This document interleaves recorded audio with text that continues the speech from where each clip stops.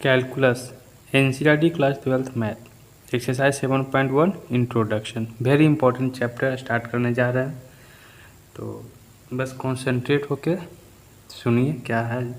बहुत इंटरेस्टिंग चीज़ है। तो कैलकुलस ना दो पार्ट में बांटा गया है, जिसको बोलेंगे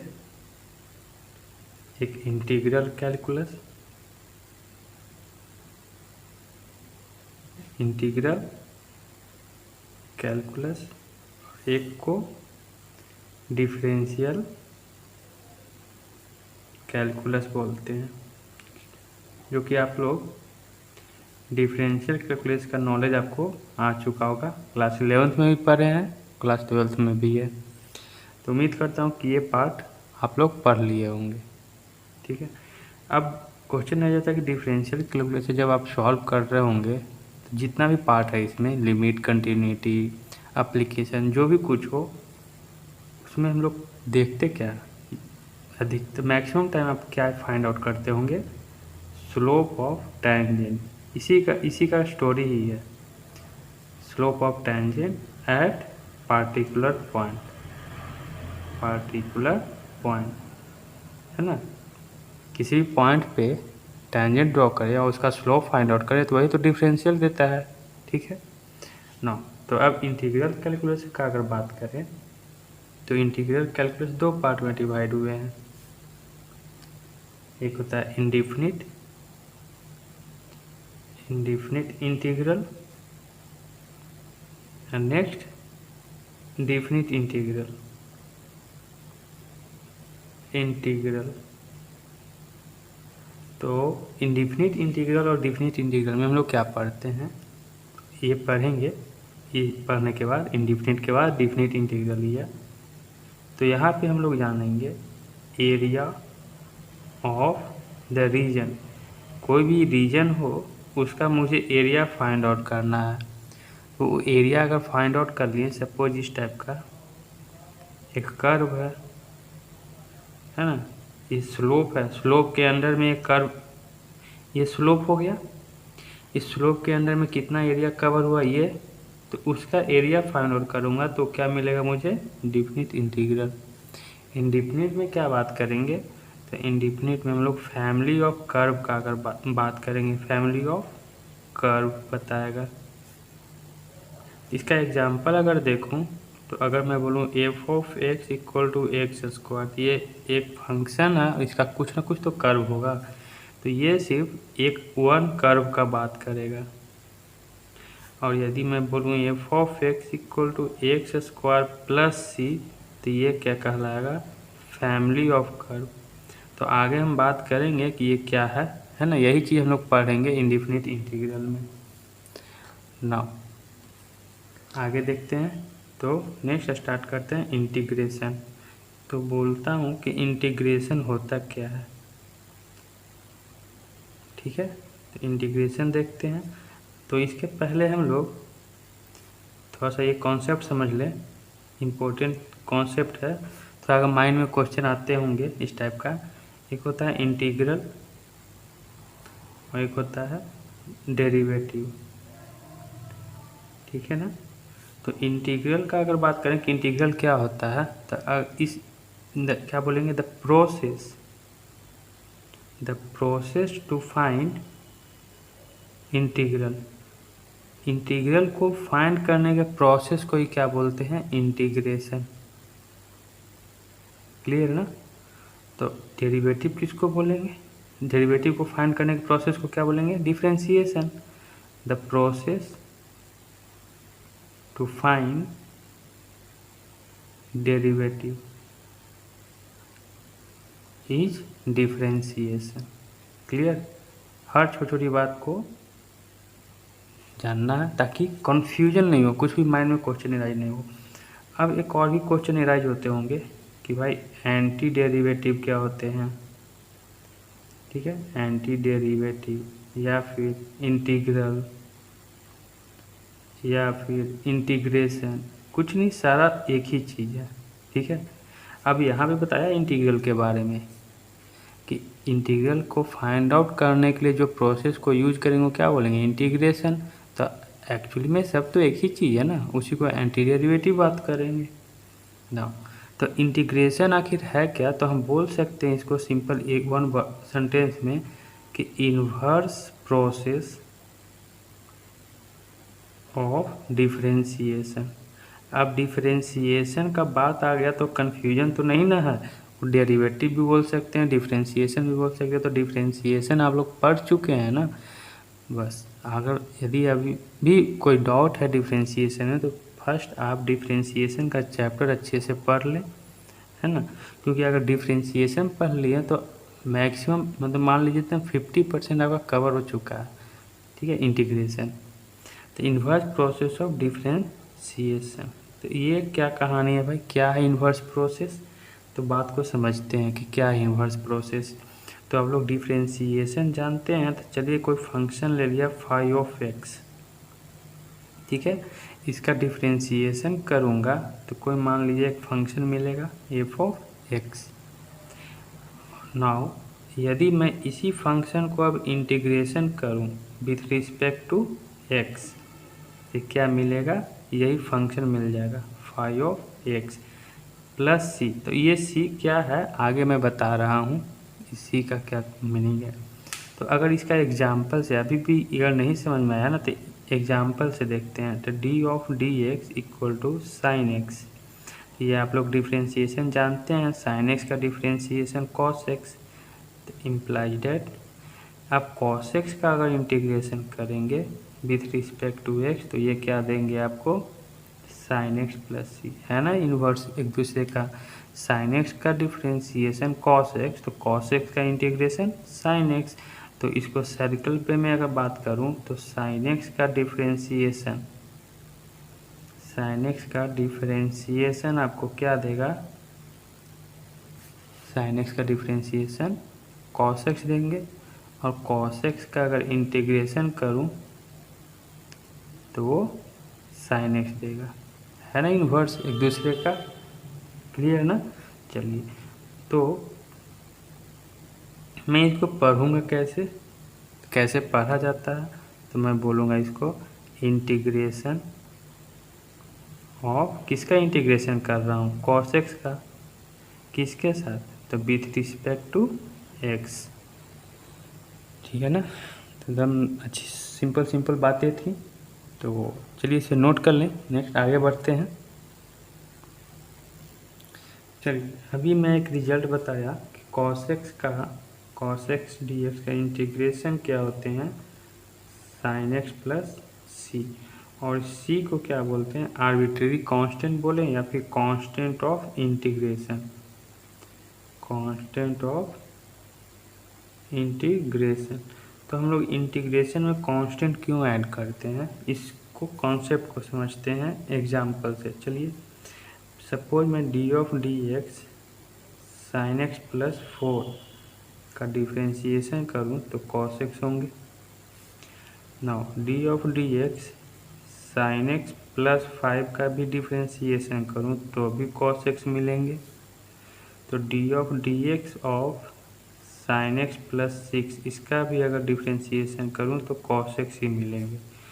तो अकॉर्डिंग टू इधर मैं बताया कि ये सब इन्वर्स है, इंटीग्रेशन क्या है, डिफ्रेंशिएशन का इन्वर्स।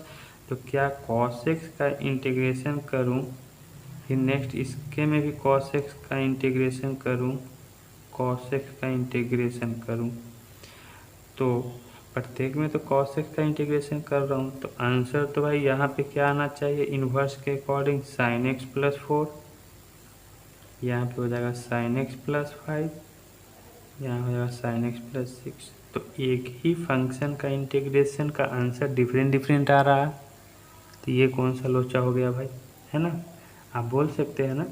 तो हम लोग यहाँ पे इससे हम कंक्लूजन निकाल सकते हैं। तो हम लोग बी कंक्लूजन बोल सकते हैं कि be said at integration of cos x is not unique. देखिए ना, यूनिक नहीं ना है यहाँ पे, तो यूनिक नहीं है तो इसको क्या बोलेंगे, इंडिफिनिट इंटीग्रल। तो इसको मैं लिख सकता हूँ कॉस एक्स का इंटीग्रेशन साइन एक्स प्लस सी, ये कांस्टेंट ऑफ इंटीग्रेशन ऐड हो जाएंगे। और ये इंटीग्रेशन के अंदर का कहानी जो बोल रहा हूँ, ये जो फंक्शन होंगे उसको क्या बोलते हैं, इंटीग्रांड। क्लियर। चलिए इसे नोट कर लीजिए। नाउ आगे देखते हैं, कुछ फॉर्मूले हैं।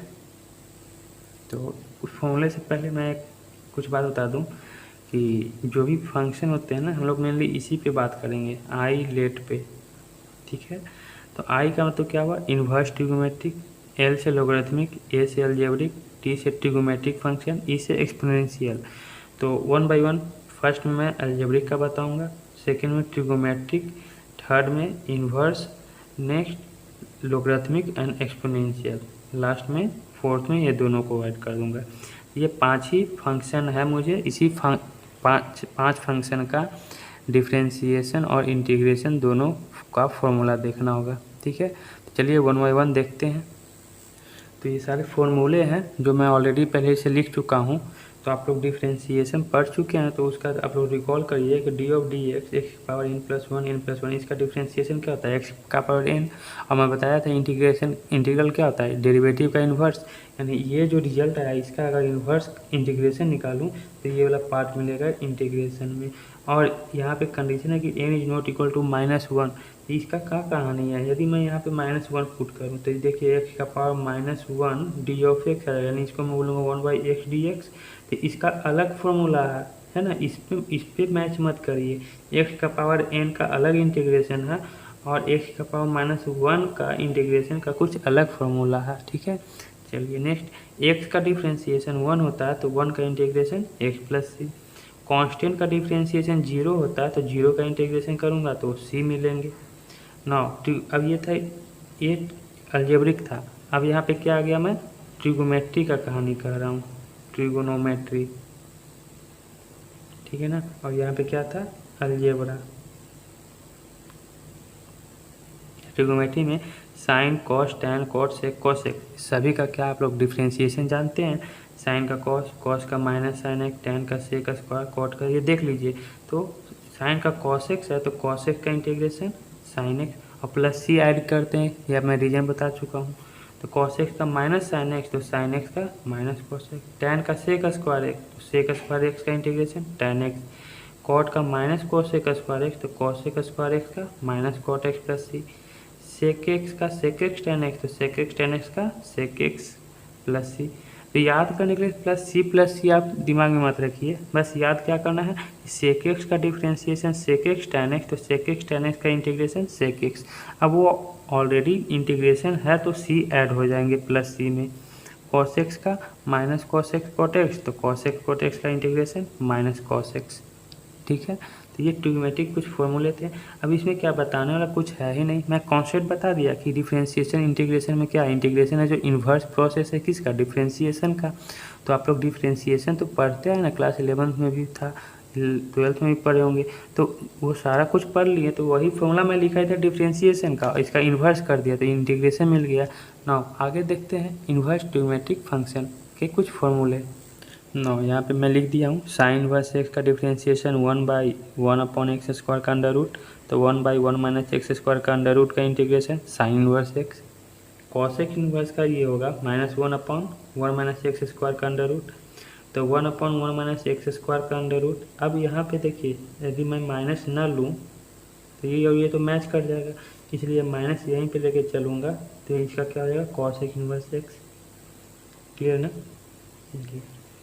टाइम इनवर्स एक्स का डिफ्रेंशिएशन 1/x एक्स स्क्वायर, इसका तो टाइम इनवर्स। कॉट इनवर्स का माइनस के साथ, तो माइनस के साथ अगर लूँगा तो कॉट इनवर्स। सेक इनवर्स का 1/x रूट में एक्स स्क्वायर -1, तो इसका इंटीग्रेशन सेक इनवर्स एक्स। ना कॉसेक इनवर्स का बस इसमें माइनस लगा दूंगा तो इसका integration cosec inverse x plus c, क्योंकि माइनस यहाँ ऑलरेडी ले चुका हूँ, ठीक है ना। तो ये कुछ इन्वर्स का सारा इन्वर्स ट्रिग्मेटिक फंक्शन का डिफरेंशिएशन और इंटीग्रेशन बता दिया। तो ये यहीं पे ये चीज़ समझा रहा था क्या, कि आई लेट में अलजेब्रिक बता दिया, ट्रिग्मेटिक बता दिया और इन्वर्स ट्रिग्मेटिक बता दिया। अब बच गया क्या, लोगरिथमिक और एक्सपोनेंशियल। तो लोगरिथमिक और एक्सपोनेंशियल का यहाँ भी बात कर लें, तो ये लोगरिथमिक हो जाएंगे एंड एक्सपोनेंशियल, दोनों को एक साथ बता दूं तो इसमें ज़्यादा कुछ है नहीं, फॉर्मूले 3 है तो तीनों दिमाग में रखेंगे। डी ऑफ डी एक्स का डी यानी ई का पावर एक्स का डिफ्रेंशिएशन होता है ई का पावर एक्स। तो इसी का इंटीग्रेशन अगर करूँ विथ रिस्पेक्ट टू एक्स तो ये क्या देंगे, वही देंगे ई का power x plus c. Now d of D x a का power x log a, base में क्या है ई है, तो इसका डिफ्रेंशिएशन होता है ए का पावर एक्स। तो ए का पावर एक्स का इंटीग्रेशन हो जाएगा ये पूरा ए का पावर एक्स लॉग बेस ई ए प्लस सी। ठीक है, नाउ आगे देखो, तो D of D x log mod x का ये होगा, इसका डिफ्रेंशिएशन 1/x, तो बता देना इसके पहले 1/x का integration with respect to x log x plus c. यहाँ मॉडुलस इसलिए ले रहा हूँ कि लॉगरिथमिक फंक्शन पॉजिटिव वैल्यू पे डिफाइन किया गया है, इसलिए यहाँ पे क्या ले रहा हूँ, मॉडुलस ले रहा हूँ। अब इसी का कहानी अगर बात करूँ, सपोज मान लीजिए कि अगर पॉजिटिव और नेगेटिव दोनों रहे, तो इफ़ एक्स ग्रेटर दैन 0 तो डिफ्रेंशिएशन अगर एक्स ग्रेटर दैन 0 तो मॉडुलस हटेगा तो क्या मिलेंगे, लॉग एक्स, इसका तो 1/x आ गया। अब एक्स लेस देन 0 रहे तो D of D x log of minus x, तो इसका डिफ्रेंशिएशन लॉग माइनस एक्स का डिफ्रेंशिएशन -1/x इंटू फिर माइनस एक्स का एक बार और डिफ्रेंशिएशन करेंगे ना तो उसका -1, तो माइनस माइनस प्लस 1/x दोनों में आ गया ना। तो ऐसे भी ये मॉडुलस जो लग रहा है ना, logarithmic function positive pay define होते हैं तो ये हमेशा पॉजिटिव के लिए लेके चलिएगा। ठीक है, चलिए, तो ये लॉगरिथमिक फंक्शन एक्सपोनेंशियल फंक्शन के बारे में था। ठीक है, नाउ कुछ और देख लेते हैं, प्रॉपर्टीज हैं और एक और कॉन्सेप्ट है ज्योमेट्रिकल इंटरप्रिटेशन, तो इसे नोट कर ले। आगे बढ़ते हैं, हम लोग बात करेंगे geometrical interpretation of indefinite integral. इसमें देखूं तो चलिए कुछ फंक्शन मान लेता हूँ। Let F of x equal to 2x, कोई फंक्शन है उसको मान लिया 2x, तो इस 2x को मैं अगर इंटीग्रेशन करूँ 2x है ना विथ रिस्पेक्ट टू x, तो ये क्या मिलेंगे, यदि यहाँ पे अगर बात करूँ D of D X phi of X लिया था तो ये कुछ फंक्शन मिले थे, और इसी का इंटीग्रेशन करूँ तो क्या मिलेंगे, वही फंक्शन मिल जाएगा। तो इसका इंटीग्रेशन किया तो क्या मिलेगा, 2 इंटू 2 तो कांस्टेंट है, प्रॉपर्टी बताऊंगा, एक्स स्क्वायर का एक्स का, तो इसका बताया था ना कैसे, कुछ नहीं है तो क्या है 1 है, तो एक्स का power 1 + 1 n+1 upon n+1 formula था ना ये, integration of x power n क्या था, एक्स का पावर n+1 अपॉन n+1, ठीक है ना, प्लस सी। तो n की जगह क्या है 1 है, तो 1 + 1 2 कैंसिल, तो एक्स स्क्वायर आ जाएंगे प्लस सी। समझ में आ रही है ना बात को। चलिए, तो एक्चुअली में ना ये फंक्शन ही है। फंक्शन क्या था हमारे पास, फंक्शन था y = x², ये फंक्शन था, तभी तो इसको ये y माने या फिर f(x) माने, इसका डिफ्रेंशिएशन करूँगा x² को तब मिलेंगे 2x। तो एक्चुअली में ये जो फंक्शन था क्या था, डेरिवेटिव ही था फंक्शन का, फंक्शन था x², समझ में आया बात ना, उसको डिफ्रेंशिएशन डेरिवेटिव क्या था 2x। चलिए, तो यहाँ पे फंक्शन में मिल गया मेरा x² प्लस सी, कुछ ले लिया, ये सी क्या बताएगा, डिनोट करेगा फैमिली ऑफ कर्व। तो ग्राफ अगर ड्रॉ करूँ, ये ओरिजिन है, तो ओरिजिन से अगर ड्रॉ करूँ तो ये देखिए x² क्या है, पैराबोला, तो इसका ग्राफ y = क्या हो जाएगा x² प्लस सी, लेकिन c क्या होगा यहाँ पे 0, कोई पैराबोला 1 से अगर पास हो रहे हैं तो इसका ग्राफ क्या हो जाएगा y = x² प्लस सी तो होंगे, लेकिन c यहाँ पे क्या होगा 1 होगा। उस तरह से निगेटिव में भी रहेंगे, है ना, अगर मान लीजिए यहाँ पे -1 है तो ये क्या हो जाएगा y equal to x square plus c, और c का वैल्यू क्या होगा -1। ठीक है, तो मैं बताया था ना कि इंडिफिनिट इंटीग्रल क्या बताएगा, फैमिली ऑफ कर्व के बारे में बताएंगे। ठीक है, चलिए कुछ प्रॉपर्टी है, तो कुछ प्रॉपर्टी ज़्यादा कुछ है नहीं। प्रॉपर्टी किसका प्रॉपर्टी, तो इंडिफिनिट इंटीग्रल का प्रॉपर्टी। तो दो प्रॉपर्टी हैं, दोनों प्रॉपर्टी के बारे में बात करूं तो अभी देखिए टू क्या है, कोई कांस्टेंट है, तो कोई के कांस्टेंट है, फिर उसके बाद कोई function F of X with respect to X के साथ इंटीग्रेशन करना है, तो के कांस्टेंट को बाहर निकाल लेता हूँ और सिर्फ एफ ऑफ एक्स को क्या करते हैं हम लोग एक्स के साथ इंटीग्रेट करते हैं। तो वही ना किया, टू को कांस्टेंट ले लिया बाहर में। नाउ सेकेंड प्रॉपर्टी है integration of F of X plus minus G of X, bracket बंद करूँगा, ऑफ डी एक्स। तो दोनों को ना अलग अलग हम लोग क्या करते हैं इंटीग्रेट कर सकते हैं। तो F of X D X plus minus integration of G of X D X, ये दो प्रॉपर्टी थे। ठीक है, ये इंट्रोडक्शन पार्ट है। ठीक है ना, कुछ इस पे बेस्ड एक दो एग्जाम्पल अगर करवा दूँ तो हो सके तो आपका कॉन्सेप्ट और ज़्यादा अच्छे से क्लियर हो जाएंगे, है ना। तो चलिए कुछ एग्जाम्पल मैं आपको करवा दूं। जैसे मैं एग्जाम्पल यहाँ पे ले रहा हूँ, बाकी एक्सरसाइज में हम लोग देखेंगे ही। तो चलिए integration of x Q minus 1 upon x square D x, इसका इंटीग्रेशन करना है। तो फर्स्ट तो इन दोनों को डिवाइड करूँगा, x Q upon x square minus 1 upon x square. ठीक है, अब ये प्रॉपर्टी इसी पे तो बेस्ड है ना, ये इस प्रॉपर्टी पे। तो मैं दोनों को अलग अलग इंटीग्रेट करूँगा, तो मैं लगाने जा रहा हूँ। तो इसमें यहाँ तो देखिए ये 2 से कट गया, तो क्या आ गया एक्स डी एक्स आ जाएंगे, इसका इंटीग्रेशन करूँगा माइनस इंटीग्रेशन ऑफ इसका 1 upon x square D x. ठीक है, कुछ नहीं है तो क्या है हुआ 1 है, तो यहाँ पे क्या हो जाएगा, पहले यही लिख देता हूँ क्योंकि इसको अब बनाऊँगा मैं एक्स का पावर एन के फॉर्म में। तो यहाँ पे क्या हो जाएगा एक्स का पावर -2 डी ऑफ एक्स। ठीक है, चलिए अब यदि 1 रहता 1/x है ना, 1/x रहता तो देखिए मैं बता रहा हूँ x का पावर -1 डी एक्स, यानी ये तो ये x का पावर n के फॉर्म में है, उसके अकॉर्डिंग अगर ब्रेक करूँ तो x का पावर -1 + 1 अपन -1 + 1।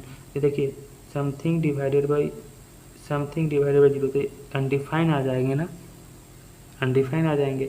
इसलिए तो मैं बोला था एक्स का पावर n इक्वल टू एक्स का पावर n+1 अपॉन n+1, ये तभी होगा इंटीग्रेशन ये जब n is not equal to क्या ले -1 के इक्वल। -1 ले रहा हूँ तो देखिए ना क्या आ जा रहा है अनडिफाइन आ जा रहा है। तो जब भी n इक्वल टू -1 रहे x का पावर -1 यानी कि ये 1/x रहेगा, तो 1/x का अलग मैं बता चुका हूँ ना अभी इंटीग्रेशन। ठीक है, ये -2 है। नाउ इस पर यूज करूँ तो 1+1 अपॉन 1+1। ठीक है, माइनस इसमें हो जाएगा x का पावर -2 + 1 -2 + 1।